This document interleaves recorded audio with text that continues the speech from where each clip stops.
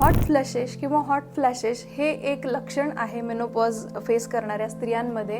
जवळपास 20% स्त्रियांमध्ये हे मेनोपॉज अचीव होण्याच्या वर्षभर आधीच सुरू होते आणि 50% स्त्रियांमध्ये मेनोपॉज आल्याच्या नंतर पहिल्या वर्षी त्यांना हे सिम्पटम्स जाणवतात. तर काय असतात हॉट फ्लॅशेस?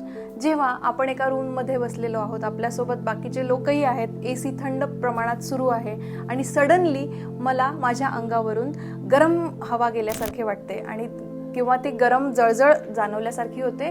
ती जळजळ मेनली फेसमध्ये, अप्पर पार्ट ऑफ बॉडी, चेस्टमध्ये जाणवते आणि तितक्यात सडनली ती कमी पण होऊन जाते आणि मग नंतर स्वेटिंगचे एपिसोड्स किंवा थंडी वाजून येणे असे हे सिम्पटम्स असतात. तर याला म्हणतात हॉट फ्लॅशेस.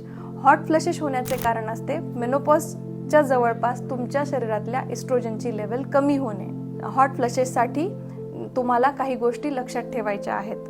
तुम्हाला हॉट फ्लॅशेस प्रेडिक्ट करता येत नाहीत, ते कधी होणार आहे हेही सांगता येत नाही. त्यामुळे तुम्हाला तुमच्या लाईफस्टाईलमध्ये बदल करणे आवश्यक आहे. हॉट फ्लॅशेस टाळण्यासाठी तुम्ही तुमचं हायड्रेशन चांगलं ठेवा. 3 ते 4 लिटर पाण्याचं सेवन दररोज नियमितपणे करा. तुमच्या लाईफस्टाईलमध्ये एक्सरसाइज इन्क्लूड करा. योगा, मेडिटेशन हे तुमच्या लाईफस्टाईलमध्ये डेली असलं पाहिजे.